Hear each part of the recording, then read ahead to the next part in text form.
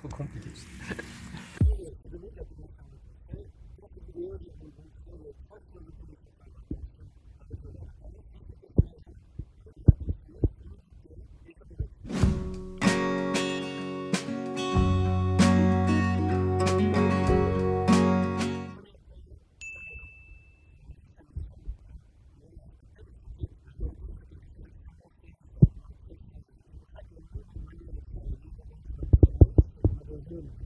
Sur lesquels on va jamais marcher, on va jamais faire rouler un véhicule. Donc c'est des espèces de sanctuaires à vers de terre, donc on va pas piétiner, on va pas écraser le sol et détruire sa maison. Et par contre, il y a les zones de travail où nous on a besoin de passer, qui elles aussi sont les passe-pieds qui sont ici. Donc ça c'est déjà ne pas détruire la maison.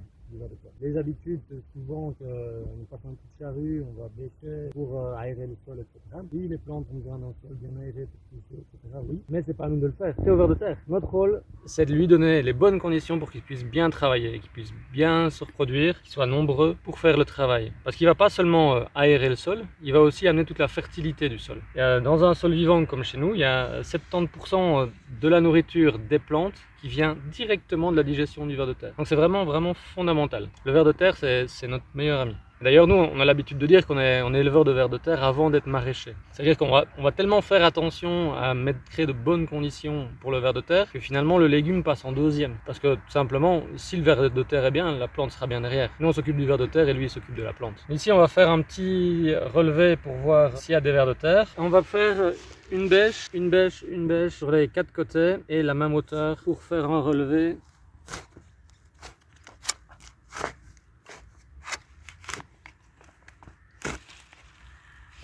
Voilà.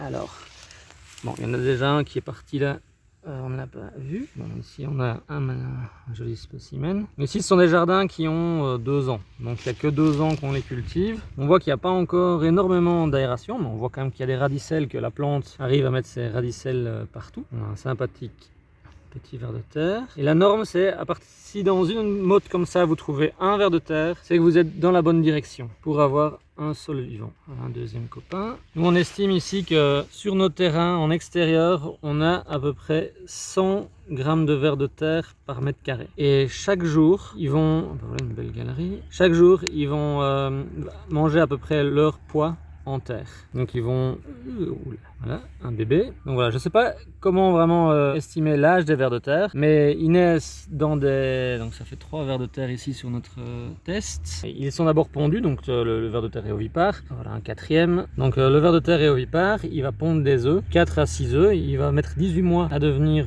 reproducteur, et puis il va vivre 4 à 5 ans après. Donc c'est quand même, ça vit quand même vieux. On va tirer encore un.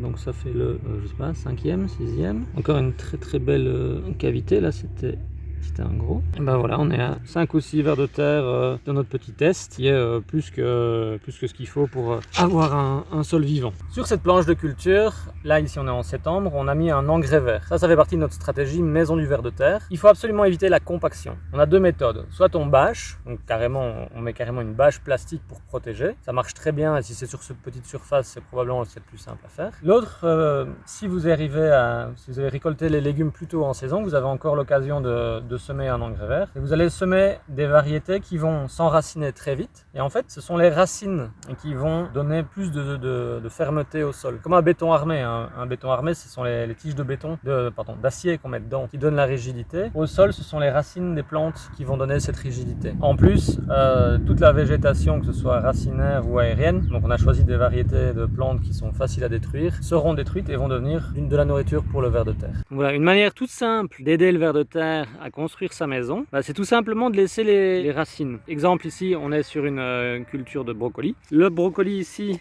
a été récolté. Et il a une magnifique racine. Et plutôt que de l'arracher, ce qu'on aurait tendance à faire, parce qu'on peut se dire que voilà, ça va faire plus propre dans le jardin. Non, on va surtout pas faire ça. On va juste laisser faire la nature. Regardez, il est déjà en train complètement de se décomposer. Et ça, en fait, ça va faire à la fois de la nourriture pour le ver de terre, mais ça va aussi lui faciliter grandement la vie pour avoir une super galerie dans le sol. Donc, pour aider les vers de terre à construire la maison, surtout n'arrachez pas les racines de vos légumes qui ont été récoltés. Donc le deuxième point, c'est l'humidité. L'humidité, c'est absolument fondamental pour un ver de terre, c'est son premier critère de bien-être et donc d'efficacité. Donc nous, quand on arrose, on va toujours arroser pour que le ver de terre soit bien. C'est-à-dire qu'on ne se soucie pas d'arroser les plantes, mais de toute façon, s'il y a assez d'eau pour le ver de terre, il y en aura assez pour les plantes. L'idée, c'est que quand vous prenez une poignée comme ça, on serre et vous avez voilà, une consistance. Bah, tiens, il y a encore un bébé ver de terre dedans. Tiens. Donc cette consistance-là, ça tient, mais sans être trop solide. Un bébé. Bébé. C'est important de toujours avoir une bonne humidité du sol pour les vers de terre, donc qu'il y ait des plantes de potagère ou pas dedans. Et donc même si l'année prochaine vous voulez commencer à faire un potager, dans la zone que vous avez déterminée, commencez déjà à l'arroser ou assurez-vous qu'il y a toujours de l'eau en suffisance dans le sol. Parce que là vous êtes déjà en train de créer des bonnes conditions, que le ver de terre soit là en nombre et donc qu'il soit là prêt à travailler pour vous une fois que vous allez en avoir besoin. Nous, pour diffuser l'eau, on utilise des gouttes à gouttes, comme ça.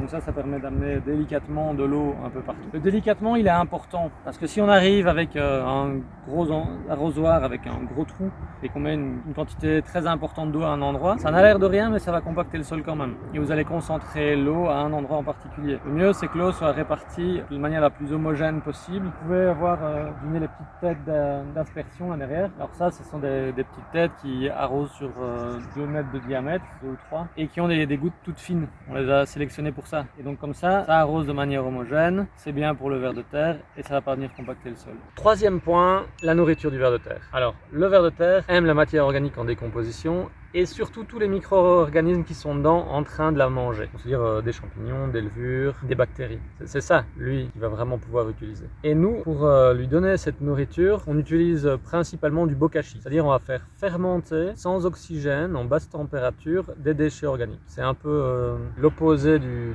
compost, où là on va essayer de ramener de l'air dedans pour qu'il y ait certaines bactéries qui prennent le dessus et qu'il y ait un échauffement. Ici, c'est pas le cas. Pour le ver de terre, le bokashi, c'est beaucoup plus intéressant parce qu'il y a beaucoup plus de vie dedans. Et en plus, on va globalement ramener 2 fois plus de carbone dans le sol. Alors il y a une légende qui voudrait que les vers de terre, si on les coupe en deux, se forment 2 vers de terre. Alors c'est complètement idiot et complètement faux. Hein. C'est comme si je vous coupais un doigt et que je vous le dis qu'on vous le recolle à côté et que ça fait un 11e doigt. Non, ça ne marche pas évidemment. Donc il faut vraiment faire attention aux vers de terre. Et quand on voit ça, on comprend bien que c'est très fragile. Donc en conclusion, il faut faire attention à 3 choses avec les vers de terre. Respecter leur maison, ne pas la détruire et les aider à la construire. S'assurer qu'il y ait toujours un bon taux d'humidité. Et troisièmement, leur donner une nourriture de qualité. En fait, ils sont pas vraiment différents de nous. Merci d'avoir suivi cette vidéo. À la prochaine.